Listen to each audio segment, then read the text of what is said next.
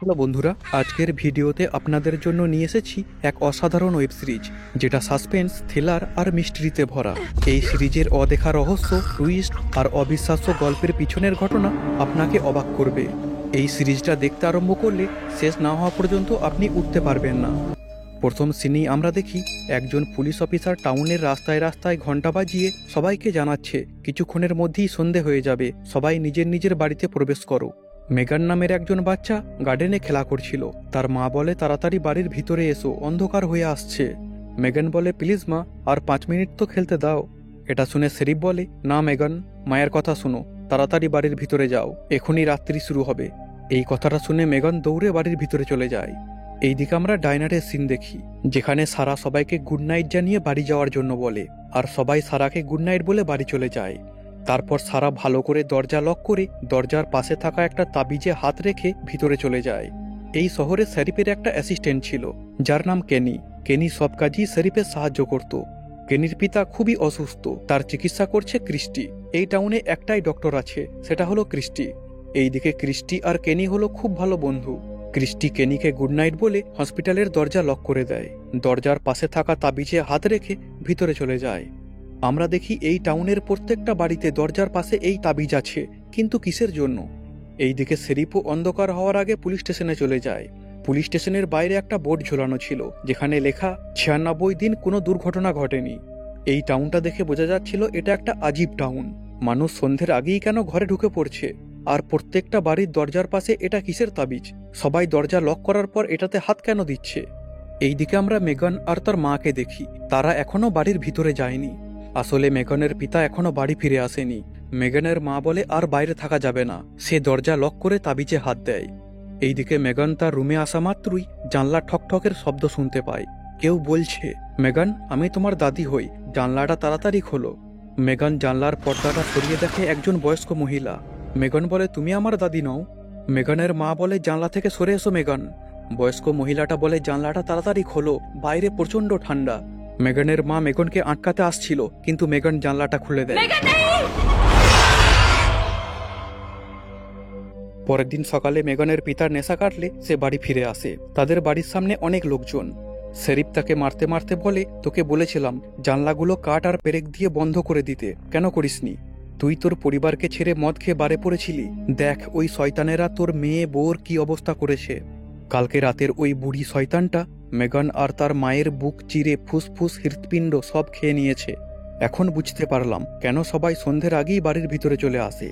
এইদিকে আমরা এক ফ্যামিলিকে দেখি যারা হলিডেতে ঘুরতে যাচ্ছিল, জিম, তাবিথা আর তাদের 2 সন্তান জুলি, নিথন। জুলি আর নিথন ভাই বোনে সবসময় ঝগড়া করে। তারা সবাই খুবই হ্যাপি ছিল, অনেক বছর পর তারা ঘুরতে যাচ্ছে। হঠাৎই তারা দেখে রাস্তার মধ্যে একটা গাছ পড়ে। কিন্তু গত 2 দিন তো কোনো ঝড় বৃষ্টি হয়নি, তাহলে রাস্তার মধ্যে গাছ পড়লো কিভাবে? জিম বলে আমাদেরকে অন্য রাস্তা খুঁজতে হবে, এই দিকে যাওয়া যাবে না। হঠাৎই দেখে অনেক কাক তাদের মাথার উপরে উঠছে। তাবিথা বলে জিম আমার কিছু ঠিক লাগছে না, চলো এখান থেকে। তারা তাড়াতাড়ি গাড়ি ব্যাক করে নিয়ে অন্য রাস্তায় চলে আসে। ঘন্টার পর ঘন্টা ড্রাইভ করেই যাচ্ছিল, কিন্তু শহরে যাওয়ার রাস্তা তারা পাচ্ছিল না। ড্রাইভ করতে করতে ওই ছোট্ট টাউনে এসে পৌঁছায়।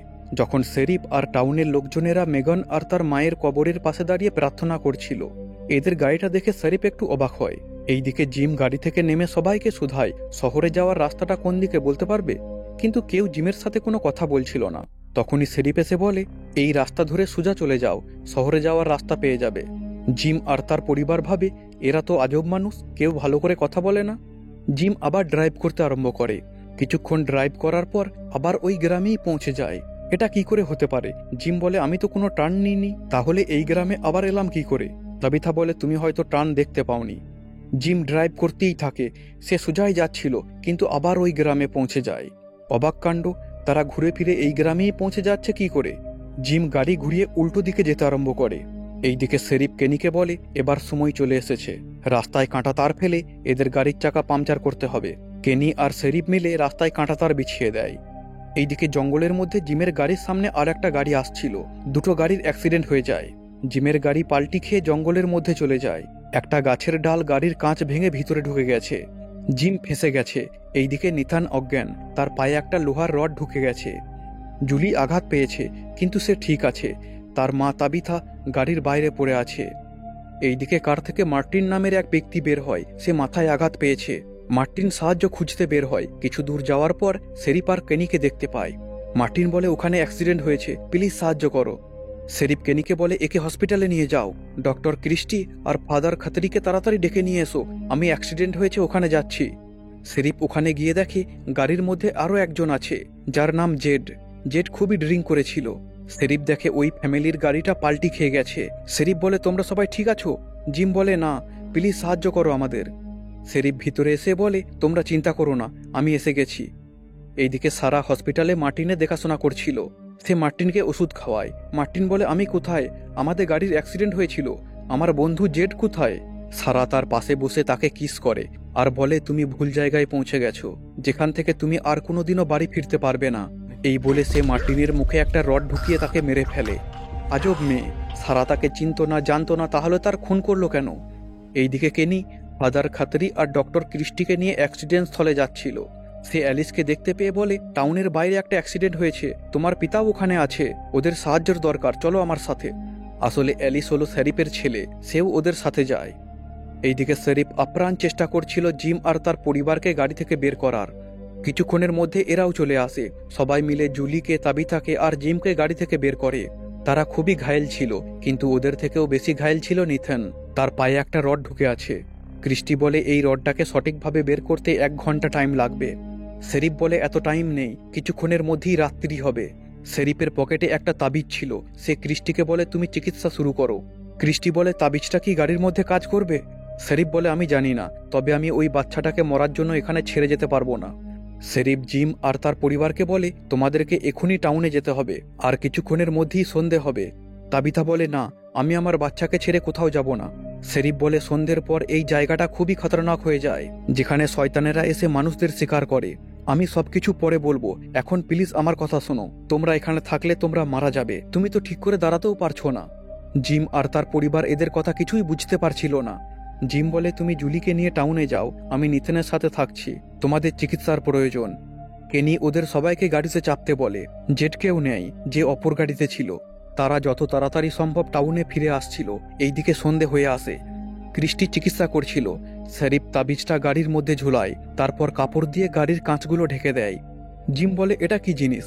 শেরিফ বলে এটাই আমাদেরকে রক্ষা করবে ওই শয়তানদের হাত থেকে। জিম বলে শয়তান, সেটা আবার কি? তখন জঙ্গল থেকে আজীব ধরনের আওয়াজ আসে। শেরিফ কাপড়টা সরিয়ে দেখে এক এক করে হাজারো শয়তান তাদের গাড়ির পাশে জড়ো হচ্ছে। তখন নিতেনের অবস্থাও খারাপ হতে আরম্ভ হয়। এই দিকে গাড়ি নিয়ে এরা এখনো টাউনে পৌঁছাতে পারেনি। তাদের গাড়ি পাংচার হয়ে যায়। কেনি আর শেরিফ যে কাঁটা জালটা রাস্তায় বিছিয়েছিল সেটা তারা তুলতে ভুলে গেছে। সেই কাঁটা জালেই তাদের গাড়ির চাকা পাংচার হয়ে যায়। কেনি বলে আমাদেরকে দৌড়ে কলোনি হাউসে পৌঁছাতে হবে, কেউ কোনো দিকে তাকাবে না, বাস দৌড়াও। এইদিকে শয়তানেরা জিমের গাড়িটাকে ঘিরে ফেলেছে।